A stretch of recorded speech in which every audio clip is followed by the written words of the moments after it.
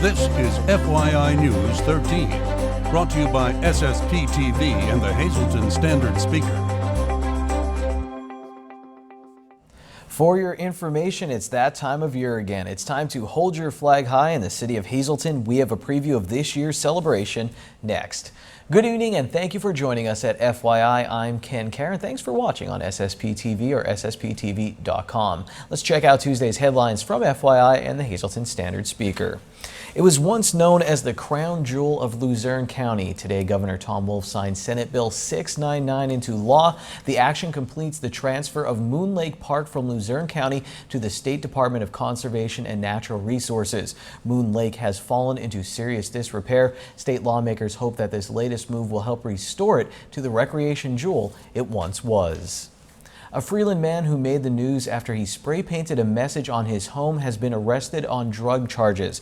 Back in May, Mark Soltis spray painted a message to the Freeland mayor and police after his home at 305 Washington Street in Freeland was condemned. According to our media partner, the Standard Speaker, Soltis faces drug charges after a traffic stop in Weatherly. On June 14th, he was stopped for speeding. According to arrest papers, marijuana and crystal meth were found inside the vehicle. A well-known radio personality has died. Jeffrey Longavern has been known throughout Northeast Pennsylvania as Jay Daniels. He died Sunday at the age of 61. News 13 viewers may recognize his voice. From the Samson Production Studios in the heart of Hazleton, Pennsylvania, it's your News 13. Brought to you by SSPTV and the Standard Speaker. Jay Daniels did voiceovers for News 13 for several years. He was best known as the Daniels in Daniels and Webster, the former morning team on WILK News Radio. The Lassand family and everyone here at SSPTV sends our sincere condolences to the family and friends of Jay Daniels. In other news tonight, the city of Hazleton is getting ready for a star-spangled celebration. Lisa Sugart has all the details. The city of Hazleton will once again celebrate our country's independence with its annual Hold Your Flag High Independence Day celebration. Here to tell us about all the festivities taking place is Fred Barletta Jr., who is the Recreation Director for the city of Hazleton. Freddie, a pleasure to have you here with us. Great celebration coming up for the entire greater Hazleton area. One of my favorite days of the year. I mean, you know, Independence Day and what it means, the height of the summer and the meaning behind it. It's always been one of my favorite celebrations, so very happy to be part of this. And it's especially, I guess, important to you, a former history teacher as well. So you love history and you love talking about all the history of our country. Right. It blends together for me personally, and we're hoping it does for the people in the community, that they truly understand what we're celebrating. And it's important enough that this is really the only civic thing that we do outside of Fun Fest. So, you know, it's a big day, and we're hoping that people will come out and enjoy themselves. Now, you took over this festivities last year, and you added something special to the program. And of course, with the history background, it was rather appropriate. So tell us what you added and what you'll be having this year. Well, for many years, the one thing that bothered me is in all of the ceremonies that we did here, we never had an actual reading of the Declaration of Independence. And even though that takes about 5 minutes, 6 minutes, it's a pretty lengthy thing, it's well worth it. A lot of people are not aware of it, so we're trying to, again, highlight that and give a little bit of awareness to what that document says, why we're even celebrating this in the first place. So it was very well received last year. We're going to do it again this year. We want people to have their picnics and fireworks, but the real reason for the 4th of July as well. I like that. So tell us what is going to be taking place. The celebration is Friday, July 3rd, rain date Sunday, July 5th, but hopefully no rain in the forecast. So tell us what we can expect. Well, yeah, you're right. We're doing this on the 3rd, kind of Independence Day Eve, so people can still do their typical 4th of July stuff. But it's going to be very similar to what it's been for many years, a little patriotic theme. We're going to have local entertainment. Tony Angelo will be there. He does a great job. He brings the kids in, and it's a participation thing. It goes over very, very well. Joe Boguist, another local individual who's always well received. And of course, it'll be highlighted then by the fireworks display, which will happen sometime after 9 o'clock. We've got to make sure it's dark enough to do that. And this is going to be, I think, a great prelude to going into the actual 4th of July on that Saturday. So you're right. Let's hope for no rain, and we can have a good time there on Friday night. And this is in conjunction also with First Friday festivities taking place for the Downtown Hazleton Alliance for Progress and the Chamber and Power and all that going on. So food vendors will be there, and you're also giving an invite to local organizations. That's right. Anybody that wants to be part of this, if they would get in touch with us, either myself or the chamber, would be glad to work something out that you could become part of this as well. And that would be either something inside the stadium, whether it's a vendor or whether you want to put on some sort of display, information type thing. We'd be glad to have you there. Also, as you said, Krista Schneider, who does a great job with the First Friday events. This is a First Friday, so we've been working with them. They're going to be doing things outside of Harmongeist. So, you know, if you're interested, you can do that either way. Be part of the outside celebration, be part of the inside celebration. But one way or another, we're inviting everybody, come on down and be part of this, even if you're a business or, as we said, an organization. Well, very good. We're keeping our fingers crossed for plenty of sunshine. Friday, July 3rd, it is taking place at Harmongeist Memorial Field in the city of Hazleton at 6 p.m. The gates will open at 5 o'clock. Come out for the great entertainment, come out for the fireworks, but especially come out for the reading of the Declaration of Independence and celebrate the true meaning of the July 4th holiday. Thanks, Lisa and Fred Barletta. Well, up next, there's always something going on at the Hazleton One Community Center. We'll let you know what's up for the summer. In sports, we have lots of home runs and defensive highlights from action in the District 18, 11, and 12-year-old Little League All-Star Tournament.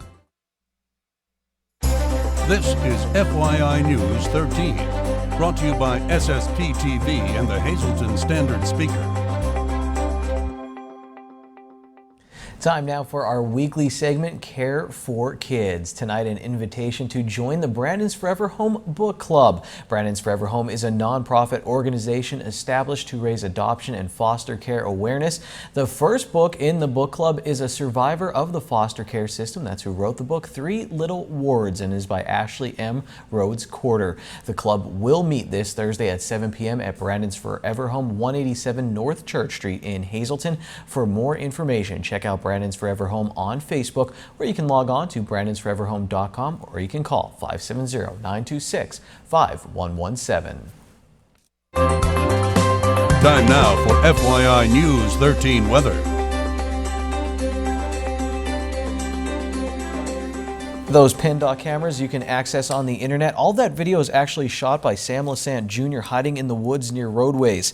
It's not true, but this weather shot is a beaut, and that's true. Good job, Sam. He says this was taken in Partysville. Shout out. Well, there's a severe thunderstorm watch from the National Weather Service until 8 p.m. tonight for our viewing area. Here's the forecast for tonight. Showers and thunderstorms likely before 11 p.m. Some storms could be severe with large hail and damaging winds. It will be cloudy tonight with a low of 62. New rainfall amounts between 1/4 and 1/2 an inch possible. On the extended forecast for Wednesday, again, showers and thunderstorms likely, and that's mainly between 2 p.m. and 5 p.m. It will be a mostly cloudy day with a high near 77. On Wednesday night, a chance of showers and thunderstorms before 8 p.m. Mostly cloudy with a low around 59 degrees, 30% chance of precipitation. On Thursday, a 30% chance of showers after 8 a.m., but a partly sunny day with a high of 76 degrees. Thursday night will get down to 59 degrees with a 30% chance of showers. On Friday, the sun is out, partly sunny day with a high of 76. At night will be mostly cloudy with a low of 62. On the 4th of July, 40% chance of showers and thunderstorms during the day, but partly sunny with a high near 76. And it's cool at night, mostly cloudy with a low around 61. Tonight's weather is brought to you by Valley High, the area's oldest ice cream and fast food restaurant. Stop on in for a cold treat including our ice cream and yogurt, or some hot food including our burgers, hot dogs, fries, and much more. That's Valley High, Route 93 in West Hazleton. Treat yourself today.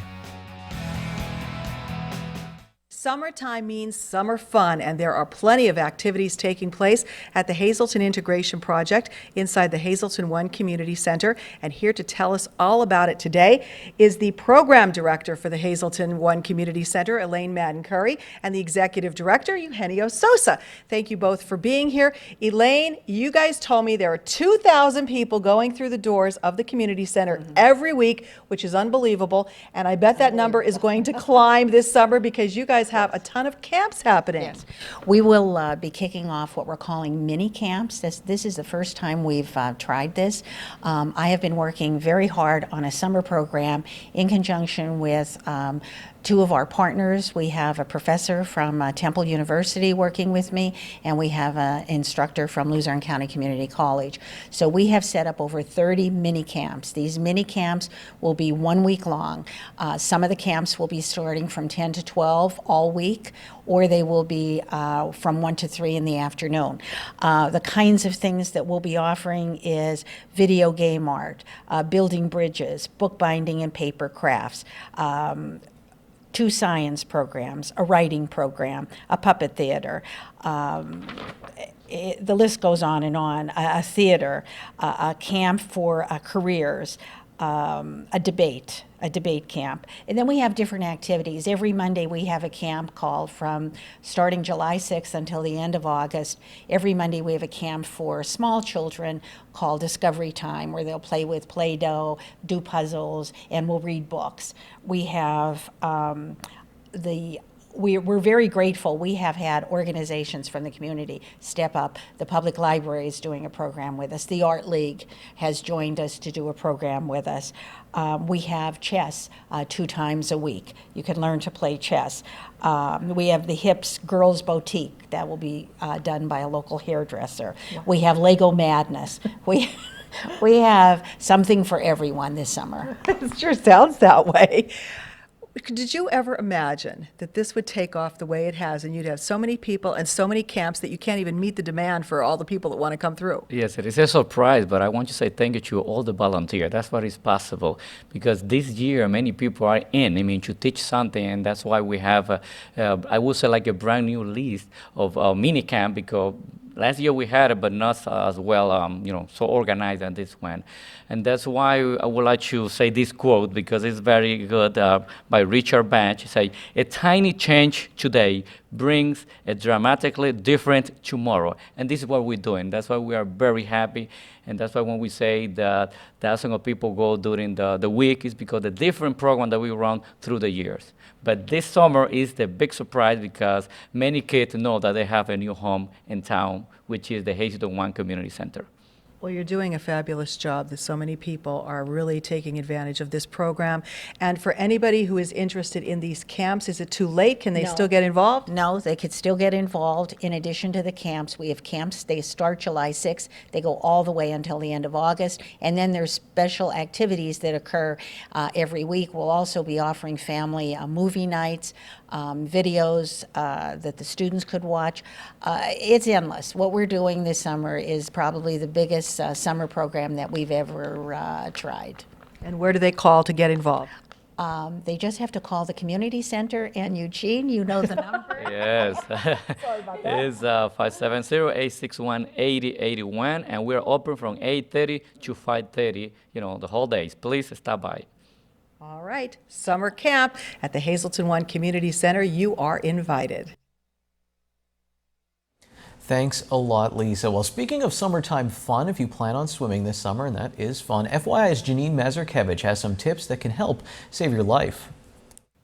And we're back here at Hickory Run State Park, and we're talking about summer safety. School is officially out for the kiddos, and I'm sure most of you are hitting the local pools and lakes. But we want to make sure that you are swimming safely and you are swimming in appropriate areas designated for such nature. So we're back here with Brian, and we're talking about some safety tips for swimming this season. Right, Brian? That's right. Yeah, first and foremost, you want to make sure you're swimming in a designated area like the one you see behind me.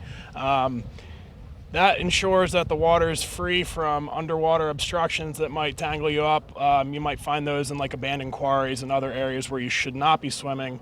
Besides that, we also test the water here regularly for bacteria and other pollutants. And if for any reason it comes back with a high result, we do close the beach for until we get a clean sample. Sadly, we see reports each and every year in the news regarding illegal swimming areas. Well, people think it's fun, and I know it's advertised on social media, but really you need to stay away from these areas because of what kind of safety concerns? Well, besides the water quality, there could be underwater obstructions or fast-moving water that could present hazards that you might not see from the surface of the water. A lot of times, quarries, when they're abandoned, they're flooded, and they do flood quarry equipment such as cranes and other construction equipment in there. It's real easy to get hung up on those and get yourself in some trouble. Okay. What about staying in areas where there might be a lifeguard or areas where there is limited swimming? Yeah, if you can get to a lifeguarded area, I know a lot of the state parks in the area have lifeguarded pools. Here at the swimming beach, we do not have lifeguards, but we do actively patrols by park staff. We have self-serve first aid and emergency telephones available if there is a problem. Also, you should obviously know how to swim before entering the water. That's right. Yeah, first of all, you never want to swim alone, and you always want to make sure you're staying within your comfort level and your ability level. Nice calm water out here shouldn't present too much trouble for anyone, but if you're not confident, make sure you stay out of the water. Okay, is there a difference as if you're swimming in an ocean or swimming pool or lake? Absolutely. Ocean's going to have a lot of undertow, a lot of rip current that you're going to be fighting against. A pool's probably your most controlled environment. Here at the lake, it's relatively placid. It's low current. Maybe after a heavy rainstorm, you might have some deeper water out there to be aware of. All right, and of course, wear that sunscreen, protect yourself from the skin, or from the sun, from your skin. Protect your skin from the sun. And Brian, thanks for joining us. Again, get out and enjoy all of our state parks. This is a time to really enjoy Mother Nature. Absolutely. All right, Brian, thank you. Join us each and every week right here on FYI. Thanks, Janine. Now I want to play Marco Polo or Silent Man. If you played the lottery, Midday Lottery, here's your midday winning lottery numbers. Pick 2, 87, pick 3, 662, pick 4, 5761, and pick 5, 50295. And those lottery numbers on FYI brought to you by Boyer Insurance Agency with 2 locations to serve you. Stop by Sugarloaf Avenue in Cunningham or Broad Street in Nescopeck. You can call them in Cunningham at 570-788-3543 or in Nescopeck at 570-752-7683. Lots of Little League highlights after this break. This is FYI News 13 Sports. I did not enjoy one slushie during my first day of coverage of the District 18 11 and 12-year-old Little League All-Star Tournament. There were just too many home runs and great plays to record. Here's a recap from beautiful Freedom Park in Drums, a Valley East 7-4 victory over Tamaqua. Valley East starting pitcher Chris Wolk describes second baseman Bryce Molinaro as a crazy kid that does fun things. Molinaro does fun baseball things like hitting home runs. He also does crazy baseball things like hitting 3 home runs in one game, including this 3-run shot that broke up a tie game in the 4th inning. Bryce has always been a very aggressive player. I've been around him since he's 9 years old. Just great kid all around. Came out, swings the bat hard, plays second base very fast, very quick. That's his nature. He's a very quick kid. Tamaqua kids were throwing some heat, and he responded. The ball went far. Talk about your first home run. I wasn't here for it. What kind of pitch did you see? Talk about your first home run. Well, it was like a changeup, and it was kind of lucky because it bounced off the top of the fence and went over. And I kind of lunged at it and hit the barrel of the bat, the sweet spot, and just went over. There was nothing lucky about this home run that landed in someone's cucumbers in the community garden behind the field. Molinaro's third home run gave Valley East a 6-3 lead. Michael Shalanta got one back for Tamaqua in the top of the 5th with this RBI double, but Charlie Sherman answered in the bottom half of the inning for Valley East, driving in 1 run with this hit. Alex Shell came on to pitch in the 5th inning, and he got the save for the Eastsiders. Our pitching was superb. Christopher Wolk came in, threw 4 1/3 innings, and just pretty much put him down. Alex Shell came in, closed it out, and he has a little more off-speed stuff, and he did really, really well to close out the game. Chris Wolk got the win on the mound, and he also played shortstop. In the 6th inning, he had a putout and this assist that secured the victory. Talk about going in the field then after you pitch. Is that challenging? What's it like when you got to go play a field position there? It's hard to go because your arm starts to hurt more and you can't throw as hard as you can when you don't pitch. Were you happy that last out then? You just had to fling it over right there to second base? Yeah. It had to be a fun and crazy day for Valley East. Let's climb a mountain for more Little League District 18 highlights. Here's Freeland against Jim Thorpe. And you can't spell Freeland without D. That's weak riding, but great baseball from shortstop Colin Van Blargen. It's even better because Jim Thorpe hit a home run right after this, so he saved a run. Freeland's down 1-0 until Jeremy Reppett sends this one into orbit. It's a good thing that building is there, or this would have went down the Freeland Mountain and landed at drums at the Valley East game. And all of a sudden, Freeland takes the lead. Top of the second, Jim Thorpe looks to answer. They get the lead runner on, but pitcher Billy Rice goes into his bag of tricks, pulls out the old 1-6-3 double play. Now you see them, now you don't. Brendan Fort, he's leading off the bottom of the second. They call him Killer B, and he stings the defense with this bunt. He gets to second on a throwing error. Same inning, 2 on, and everyone say hi to AJ Fort. He can't stay, though. He has plans to meet his teammates at home plate. Freeland, they win this game by a score of 12-9. Who will Freeland and Valley East face in the next round of play in the winners bracket? Who will go head-to-head in the elimination bracket? Here's your FYI standard speaker scoreboard. Valley West, they beat Tawamensing Weatherly, so Valley West will travel to Freeland on Friday. West Hazelton will play at Valley East on Friday after their win against Franklin Township. Now in the elimination bracket on Wednesday, Tri-County, they will host Tawamensing Weatherly, and Anthracite, they will play at Jim Thorpe.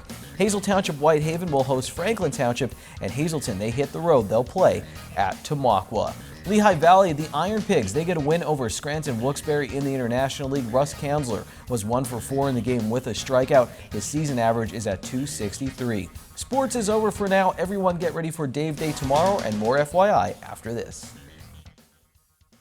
Happy Wing Night. It's Wing Night at Bottlenecks. Get $2 off your order of wings or all-you-can-eat wings and boneless wings for only $14.95. Bottlenecks wings are voted best wings in the area year after year. News 13 would like to send sincere condolences to the family and friends of these recently departed. William Henry Ashman, formerly of Drums. Burial will be held at the convenience of the family. The McNulty Funeral Home is in charge of arrangements. Eugene J. Duffy, formerly of Hazelton. Funeral Mass is Thursday at 10 a.m. in the Our Lady of Cavalry Church. Friends may call at the church from 9 to 10 a.m. Arrangements are by the Visconto Funeral Home. Michael Kitchen of East Hanover, New Jersey. Funeral is Thursday at 10 a.m. at the Leonardo's Memorial Home. Friends may call Wednesday from 1 to 4 and 7 to 9 p.m. Jessica Lynn Sarah, formerly of Drums. Services will be private and at the convenience of the family. Joseph B. Wallawender of Tresco. Funeral is Wednesday at 10:30 a.m. from the Damiano Funeral Home. Friends may call Wednesday from 9 to 10:30 a.m. Vincenza Jane Grant of Hometown. The Lamar Christ Funeral Home is in charge of arrangements. John J. Darrow of Hazelton. Arrangements will be announced by the Frank J. Bonin Funeral Home. And Margaret Joyce Townsend, formerly of West Hazelton. Funeral is Wednesday at 11:30 a.m. from the Butler Chapel of the Crofton Hughes Funeral Home. Friends may call Wednesday from 11 to 11:30 a.m.